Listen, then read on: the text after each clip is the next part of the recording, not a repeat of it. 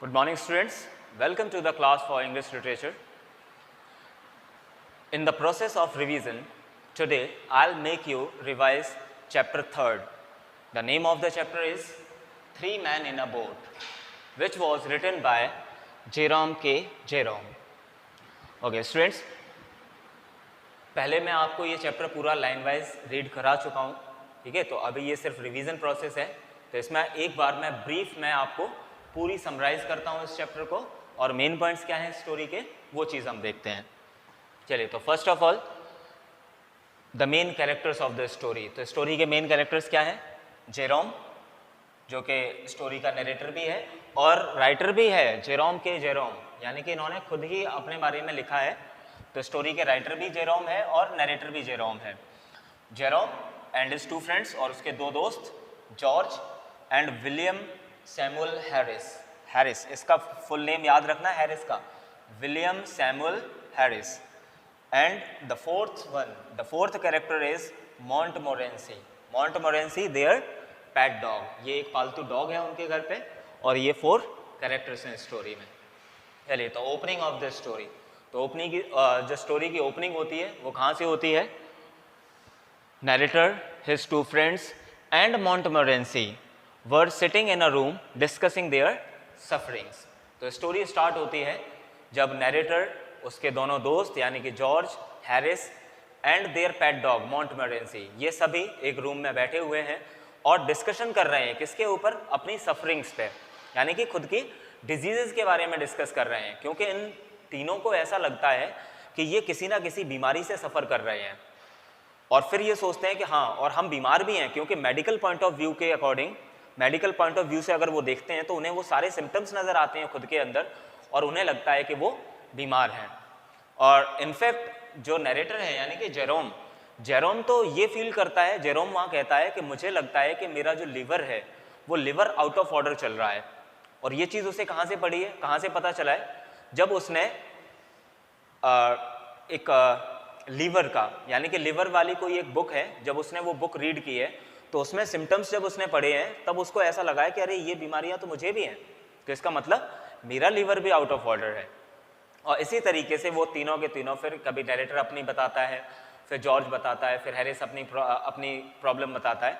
बाकी वो स्टोरी में नहीं है कि उन दोनों उनकी क्या प्रॉब्लम थी, सिर्फ नरेटर ने अपनी बताई है कि उसका लिवर आउट ऑफ ऑर्डर है, ऐसा लग रहा है उसको, रियली में ऐसा है नहीं है। ओके, देन फिर क्या होता है, स्टोरी आगे बढ़ती है। हाँ चलिए, एक बार मैंने देखिए यहाँ पे एक वर्ड लिखा है मैंने, हाइपोकॉन्ड्रियाक। तो ये पूरा जो बेसिक थीम है इस चैप्टर की वो हाइपोकॉन्ड्रिया हम समझ सकते हैं।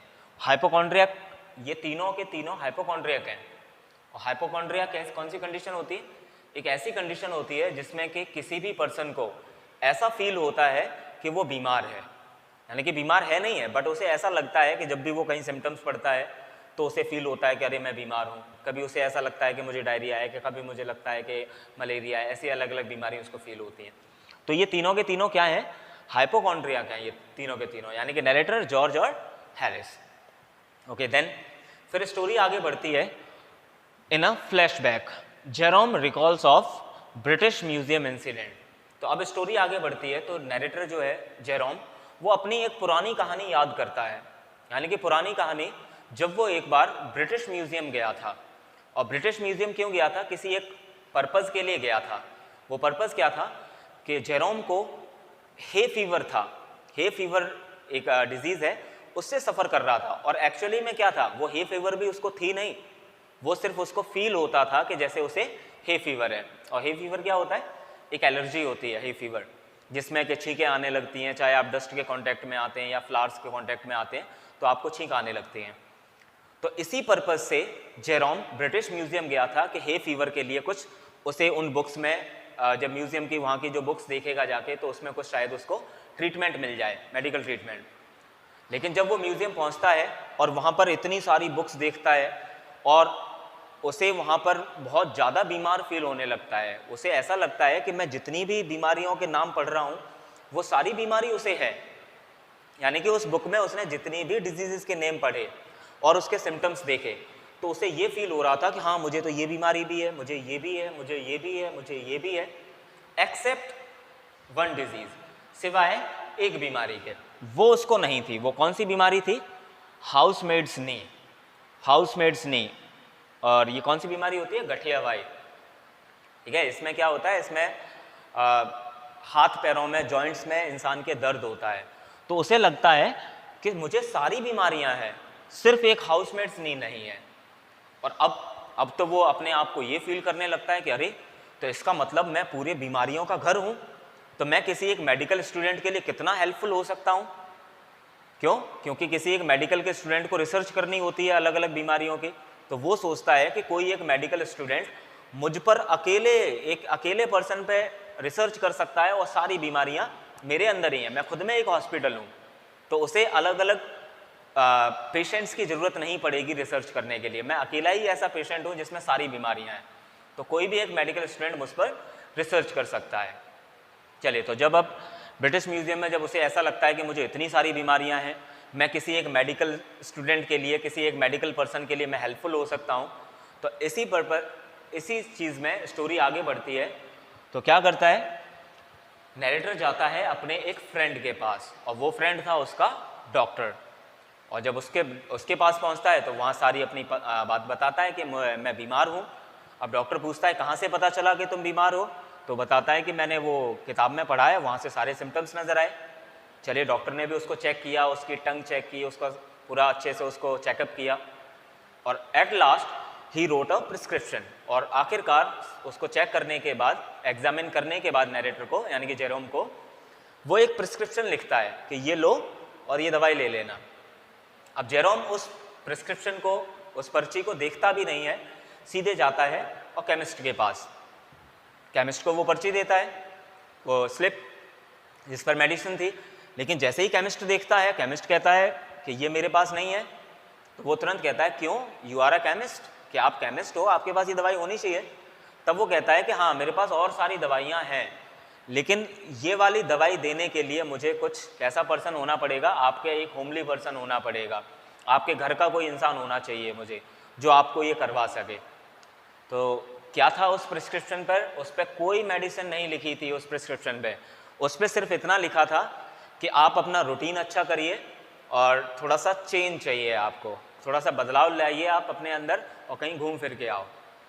तो एट लास्ट वो सब के सब डिसाइड कर लेते हैं कि हम लोगों को बीमारी नहीं है, हम तीनों को क्या है, हम ओवरवर्क हो गए हैं, यानी कि ज़्यादा काम करने की वजह से हम थक गए हैं, और अब हमें क्या चाहिए, they all needed a change. अब उन्हें सिर्फ एक बदलाव चाहिए था, और वो बदलाव कैसे मिलेगा, कहीं पे घूम के आने से। तो अब वो तीनों के तीनों डिसाइड करते हैं कि चलो कहीं घूमने चलते हैं। अब घूमने के लिए वो अलग अलग प्लानिंग करते हैं। पहले उसमें से जॉर्ज कहता है कि चलो सी ट्रिप पे चलते हैं, लेकिन सी ट्रिप पर जेरोम ऑब्जेक्ट कर देता है कि नहीं, सी ट्रिप पे नहीं, क्योंकि उसे सी सिकनेस थी, क्योंकि उसने कहानियाँ सुनी हुई थी समुद्र में, जो लोग कभी यात्रा करने गए थे, कि कितना लंबा टाइम चाहिए होता है, और हमेशा उस समुद्र में रहने की वजह से अलग अलग बीमारियां भी हो जाती हैं, समुद्र से डर लगने लगता है। तो इस चीज़ को तो वो मना कर देता है। हैरिस था, अब हैरिस इसमें जो है वो थोड़ा सा इसमें थोड़ा सा एक आलसी किस्म का पर्सन है, जो ज़्यादातर टाइम सोता ही रहता है, यानी कि वो आई थिंक जॉर्ज, ठीक है ना, जॉर्ज है जो वो हमेशा सोता ही रहता है। तो हैरिस देता है कि हम कहाँ पे कहीं एक रिवर ट्रिप पे जा सकते हैं। और रिवर ट्रिप क्या थी, तो they all set out to go for a river trip. तो वो रिवर ट्रिप की तरफ जाते हैं, रिवर ट्रिप का डिसाइड कर लेते हैं, और वो रिवर कौन सी थी, थेम्स रिवर। चलिए, तो वो तीनों तो एग्री थे रिवर ट्रिप पे जाने के लिए, लेकिन एक पर्सन एग्री नहीं था उसमें, वो था मॉन्टमोरेंसी। वो क्यों था, क्योंकि उसे इस चीज़ से कोई लेना देना नहीं थी कि रिवर के पास में सीनरी कैसी होगी, कि वो बोटिंग करेंगे, क्या है। और एट लास्ट ये डिसाइडेड हो जाता है कि रिवर ट्रिप पे जाएंगे। तो फिर यहाँ से क्या करते हैं कि वो जेरोम और हैरिस वो एक जगह से बैठते हैं किंगस्टन से, और जॉर्ज को कहते हैं कि तुम हमें दूसरी जगह से मिलोगे। चलिए, अब वो रिवर ट्रिप पे तो पहुँच जाते हैं वहाँ पर, लेकिन वहाँ भी उनके सामने एक प्रॉब्लम आती है। वो प्रॉब्लम आती है नाइट टाइम पर, रात के समय, कि हम कैंपिंग कहाँ करेंगे। तो कैंपिंग के लिए वो अलग अलग निकालते हैं कि हाँ, हम कैंपिंग आउट करेंगे, यानी कि जो नरेटर है वो सबसे पहले कहता है कि हम बाहर टेंट लगा के बाहर सोया करेंगे। लेकिन वहाँ भी ये चीज़ आती है कि चलो ठीक है, लेकिन अगर कभी बरसात हुई तब क्या होगा, बरसात में वो बीमार हो सकते हैं, बीमार हो सकते हैं, उनके सारे कपड़े वगैरह गीले हो सकते हैं। तो फिर आखिरकार ये चीज़ डिसाइड की उन तीनों ने कि ठीक है कि जब अच्छा वेदर होगा, ठीक है ना, जब बेनिफिशियल वेदर होगा तब वो कैंपिंग करेंगे बाहर, बरसात का टाइम होगा या कुछ होगा तब वो होटल रूम ले लिया करेंगे, या फिर थोड़ा सा अगर उन्हें कोई चेंज चाहिए होगा, थोड़ा सा बदलाव चाहिए होगा, तब वो होटल रूम्स लिया करेंगे। और इस चीज़ के लिए जो मोंटमोरेंसी है वो भी अप्रूवल कर देता है खुशी खुशी, क्योंकि उसे भी नहीं पसंद था कि वो नदी के किनारे टेंट में रहे, वो भी चाह रहा था कि कहीं ना कहीं होटल रूम्स में रहा जाए। चलिए, तो इस तरीके से ये चैप्टर फर्स्ट आपका फिनिश है। ओके, तो क्लास 7th मैं एक चीज़ और बताऊँ, ये चैप्टर मैंने आपको रीड कराया था, तब ये बात बताई थी, 3 मैन इन अ बोट।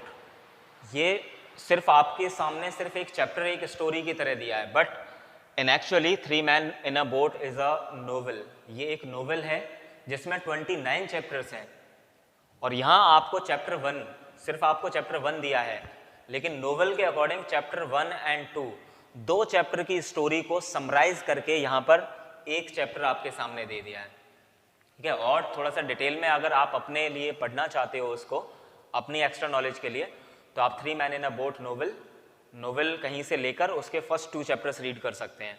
वो दोनों चैप्टर्स रीड कर लेंगे, ये पूरी स्टोरी हो जाएगी। बट आपको ज़रूरत नहीं है अभी क्लास 7th के लिए, वो आगे बड़ी क्लासेस में होगी ज़रूरत। अभी के लिए इतना सफिशेंट है कि मैंने आपको फुल समराइज कर दिया है।